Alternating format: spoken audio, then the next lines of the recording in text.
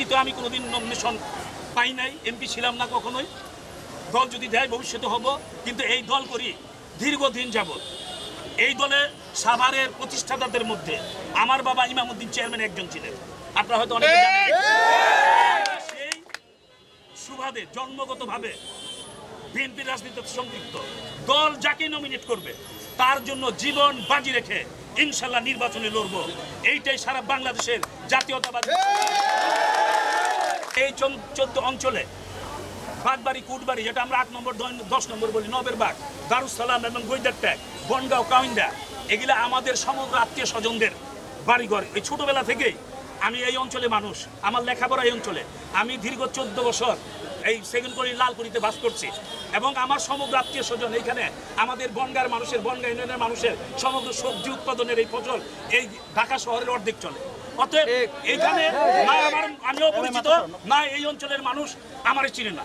অতএব 14 আসনের সাথে আমাদের সম্পৃক্ততা আগেও ছিল, এখন 14 আসনের সাথে আমার এই 2টা ইউনিয়ন সম্পৃক্ত করাতে ইনশাল্লাহ আমাদের জন্য আরো সুবিধা হয়েছে। আর সবচেয়ে বড় কথা আপনারা জেনে রাখেন যে আমি দানের শীষের প্রার্থী।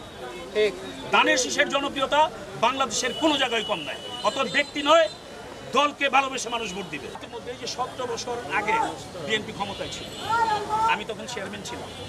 আমার ওই অঞ্চলে যদি আপনারা যান, আমার কি কি উন্নয়ন আছে ওই সময়টা।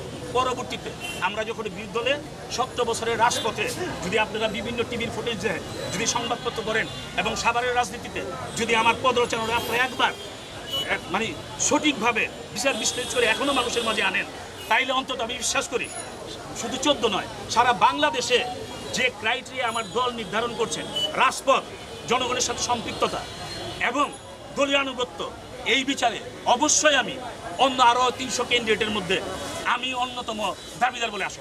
সব ফুলে কিন্তু মালা হয় না, কিছু ফুল মালির পায়ের তলে পড়েও পিষ্ট হয়। অতএব সব মানুষ থেকে হইলেই সবসময় সব কিছু পায় না। একবারে যদি না পায়, ইনশাল্লাহ রাজনীতি ধৈর্যের খেলা, এই জায়গায় ধৈর্য ধারণ করতে হবে। আরেকবার পাবে, দল নিশ্চয়ই তাকে মূল্যায়ন করবে। নমিনেশন না দেয়, দল মূল্যায়ন করার অনেক জায়গা আছে। আমি রাজনীতি করি দলের স্বার্থে, নিজের ব্যক্তির স্বার্থে না।